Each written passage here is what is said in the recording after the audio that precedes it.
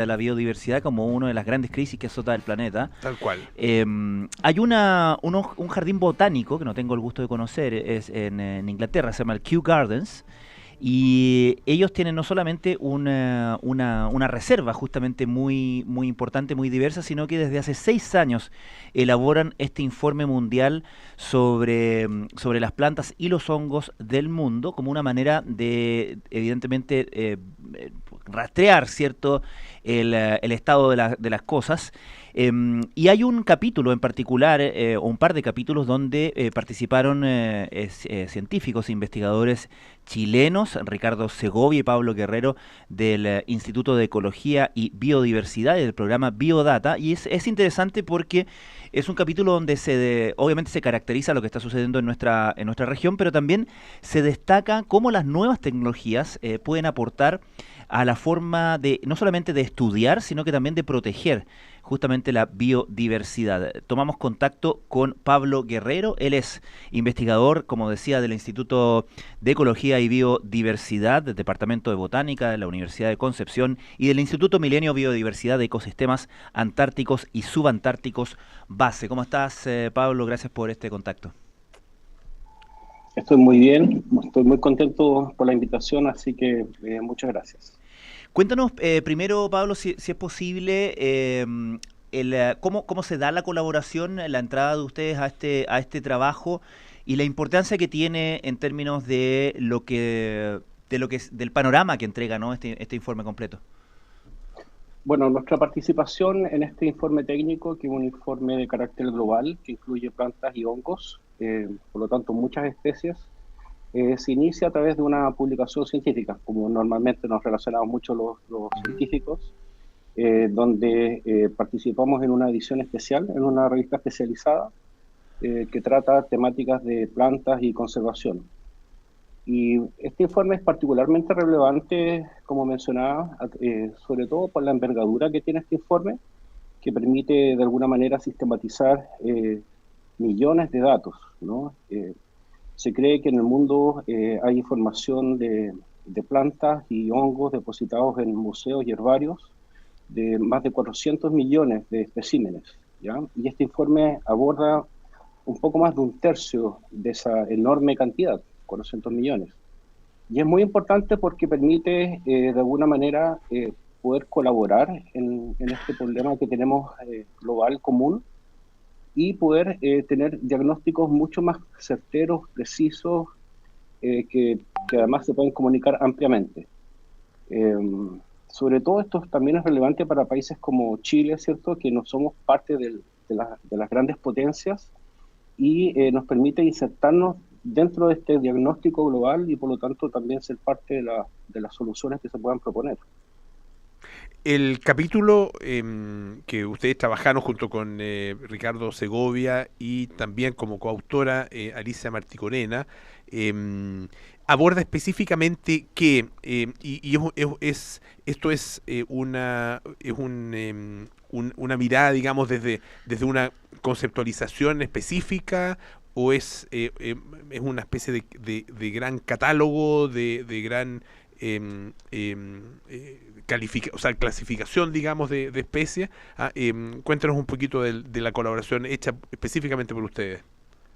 Bueno, nosotros estamos, como mencionaba en el comienzo, en la Universidad de Concepción. Ahí hay uno de los herbarios más importantes del país y por lo tanto contiene mucha información nacional respecto a la biodiversidad de plantas y hongos.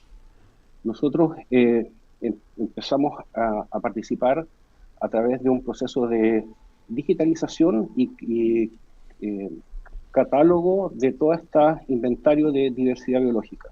Para ello tenemos una aproximación bastante técnica a través de informática, donde partimos de especímenes físicos, ya que están preservados en el herbario, y los transformamos en información digital que puede ser ampliamente usada por la comunidad científica.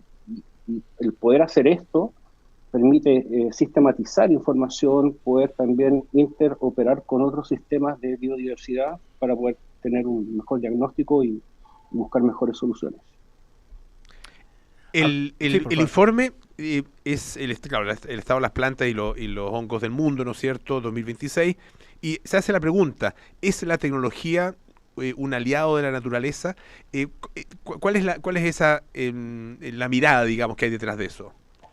Claro, bueno, la tecnología puede ser un aliado en la conservación de la naturaleza, justamente que nos permite sistematizar millones de datos, ¿no? Porque de otra manera nuestra capacidad, qué sé yo, en el papel, más como análoga, es mucho más difícil. Y poder sistematizar esa información permite justamente poder tener patrones generales, ¿no?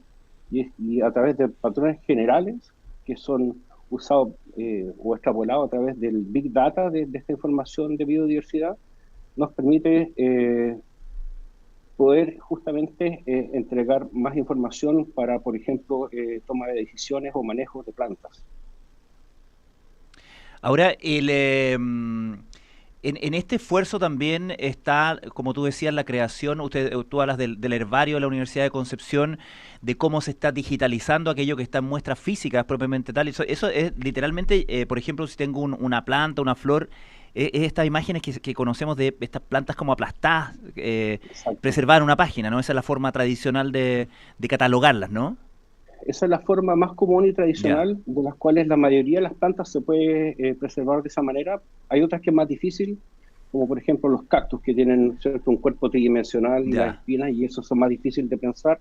Pero hay otras maneras similares manteniéndolos en caja o en algún contenedor apropiado. ¿Y qué consideraciones especiales tiene la digitalización de ese material que me imagino que no es simplemente la foto que puede sacar uno en su casa, digamos? Me imagino que hay parámetros especiales para que puedan ser de utilidad científica para, para quienes acceden desde otro lado, ¿no? Exacto. El primer estándar tiene que ver con tener una fotografía de alta calidad y que esté correctamente centrada y que además incluya el traspaso de la información asociada a un espécimen de planta preservada, ¿cierto? Pensada, que es como, por ejemplo, la especie, dónde fue recolectada, cuándo, cuál fue el recolector, y además si hay alguna otra consideración ecológica relevante.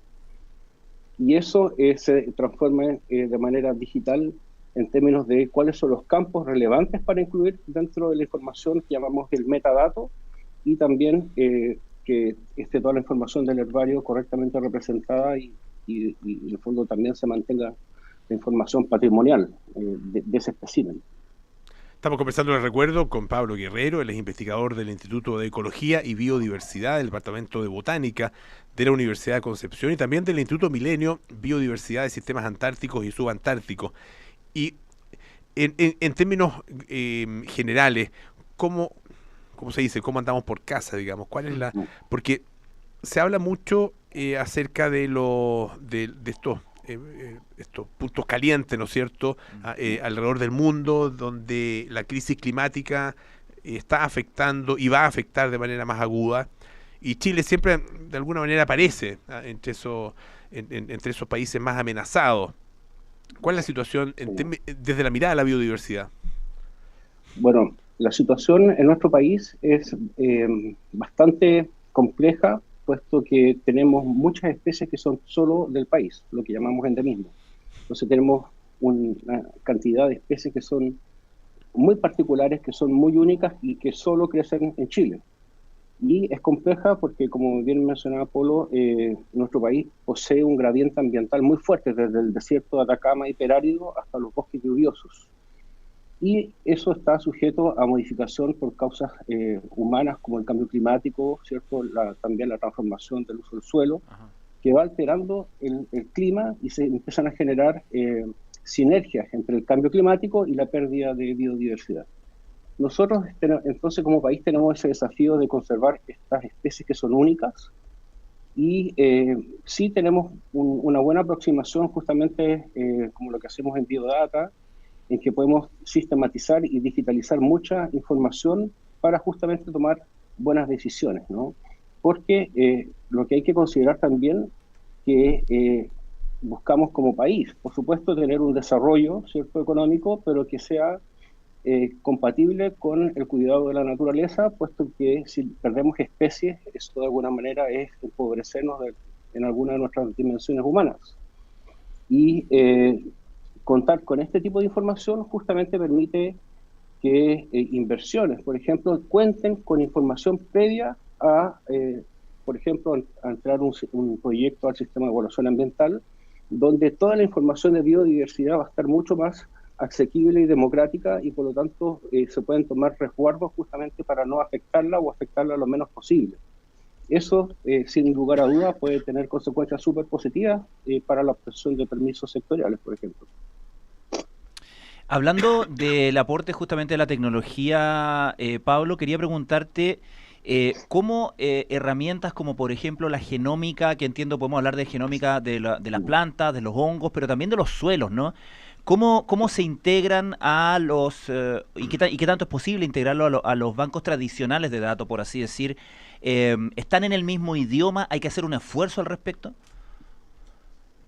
Sí, sí, requiere bastante esfuerzo porque obtener información genómica no es trivial. Eso requiere generación de millones de datos genéticos de un espécimen, por ejemplo. Muchas veces los especímenes son antiguos y tienen mucho tiempo que están en los museos. Y por lo tanto, poder generar esa información requiere un gran esfuerzo técnico-científico. Pero hay maneras en que lo hemos hecho. De hecho, con el Instituto Milenio Base ya hemos progresado en la genómica de especies subantárticas, entregando información muy relevante de el futuro de estas especies y cómo se van viendo afectadas por el cambio climático. Tú hablabas de lo diverso que es Chile en términos de ecosistemas, ¿no? ¿Cuáles son los que están más amenazados? ¿Cuál es la zona o las zonas del país que se ven bajo más amenaza del punto de vista de la biodiversidad? Bueno, los ecosistemas más amenazados son aquellos que son más frágiles, como por ejemplo el desierto costero, que tiene mucha dependencia de la neblina conocida como camanchaca, pero también en aquellas zonas del país que el efecto humano, producto de la alta densidad demográfica, crecimiento de las ciudades y digamos, expansión de la agricultura, tiene un impacto mayor, ¿no? Como por ejemplo Chile Central. Sobre todo que Chile Central posee un alto nivel de endemismo de especies únicas y el desierto costero de Atacama también. Entonces, cualquier efecto puede ser bastante detrimental para las especies y por lo tanto son esas las que requieren una acción mucho más inmediata tal vez. Y son fenómenos tanto globales como locales los que están afectando entonces, ¿no? Sí. Por ejemplo, el desierto costero, por ejemplo, donde está el Parque Nacional Pan de Azúcar, el Parque Nacional Llanos del Chayo, son ecosistemas que son muy dependientes de condiciones globales que se expresan de manera local, como por ejemplo la dinámica de la neblina, ¿no? Entonces, a través de un efecto global se expresa de manera local y además eso interactúa con otros factores de amenaza, como por ejemplo algunos desarrollos de obras civiles, en fondo que afectan la calidad y cantidad del hábitat de las especies. Uh-huh. Ahora, hablamos de estos, digamos, la consecuencia de la acción humana, y te referías a un par que son bastante locales, que no tienen que ver tanto con el cambio climático o estos fenómenos globales, como por ejemplo cambio de uso de suelo. Hablabas de la importancia de tener esta información y disponibilizar esta información, por ejemplo, cuando un proyecto de cualquier tipo entra al sistema de impacto ambiental. Quería preguntarte, en ese sentido, ustedes como investigadores, en estas materias, ¿han notado o están preocupados por la retórica que han usado las nuevas autoridades respecto de la consideración de variables medioambientales a la hora de evaluar proyectos, ya sea habitacionales o industriales? ¿Han notado un efecto de esa retórica en esta interacción entre el mundo científico y el resto del entorno? Por supuesto que sí, sin duda la retórica que de alguna manera no aporta con una información clara, como por ejemplo el establecer ciertas caricaturas, como no sé, el de la arañita, o el del animalito, o el del arbolito, afecta porque de alguna manera se erosiona la credibilidad de la información científica, ¿ya? Entonces, nosotros justamente a través del programa de digitalización creemos que podemos hacer un aporte importante justamente para eliminar caricaturas, porque nosotros no somos adversarios, somos parte del país, ¿no? Y queremos que el país se desarrolle y que todos tengamos un futuro mejor y que nuestros, digamos, hijos y nietos futuros también gocen de los parques nacionales o de las especies únicas que tenemos, ¿no? Entonces, ¿cómo logramos compatibilizar esta visión, ¿cierto?, que de alguna manera prioriza el desarrollo, con también no perder otras características que son patrimoniales de nuestro territorio, ¿no? Yo creo que eso es uno de los aspectos más importantes que quisiera destacar. Claro, la evidencia es fundamental, pero en la medida en que las personas estén dispuestas a considerarla, Claro. y a creer en ella, porque incluso en términos de la crisis climática global y el cambio climático, hay muchas personas que todavía dicen, bueno, pero hay todo tipo de estudios, la evidencia Claro. no es tan concluyente, cuando en realidad Sí lo es. sí lo es, Claro. y hay unanimidad, digamos, en el mundo científico sobre muchos de los temas que se ponen en discusión justamente con esa mirada. Por supuesto. Yo creo que aquí lo más importante es contar con la información y que como sociedad decidamos qué vamos a hacer con ella y qué decisiones vamos a tomar. En el fondo, por ejemplo, si a través de la creación de un rasgo minero, por así decirlo, implica la pérdida de una especie, si como país lo decidimos y se ejecutan algunas medidas para restaurar ciertas poblaciones, es una decisión que se base en información y que podamos tomar todos como sociedad, ¿cierto?, poniéndonos de acuerdo y establecer nuestras prioridades como país. Porque no podemos tener solo una prioridad, sino que son múltiples y nuestros países son complejos en ese sentido. ¿Y pasa que un solo proyecto puede amenazar la existencia de toda una especie? Sí, puede pasar porque, como mencionaba antes, tenemos muchas especies que son endémicas, que solo crecen, por ejemplo, en una quebrada, en la cima de un cerro, digamos, muy localizadas. Y bueno, en esas situaciones hay que tomar decisiones y medidas concretas para ver qué se va a hacer, ¿no? Porque sí, eso puede tener repercusiones incluso más allá de lo que nosotros podamos pensar, porque muchas veces las inversiones, grandes inversiones que tienen que ver con la minería o con otra mega industria, también exigen tener aproximaciones más sustentables. Pablo Guerrero, investigador del Instituto de Ecología y Biodiversidad del Departamento de Botánica de la Universidad de Concepción. Muchísimas gracias por estar esta tarde aquí en Radio Duna. Muchas gracias a ustedes.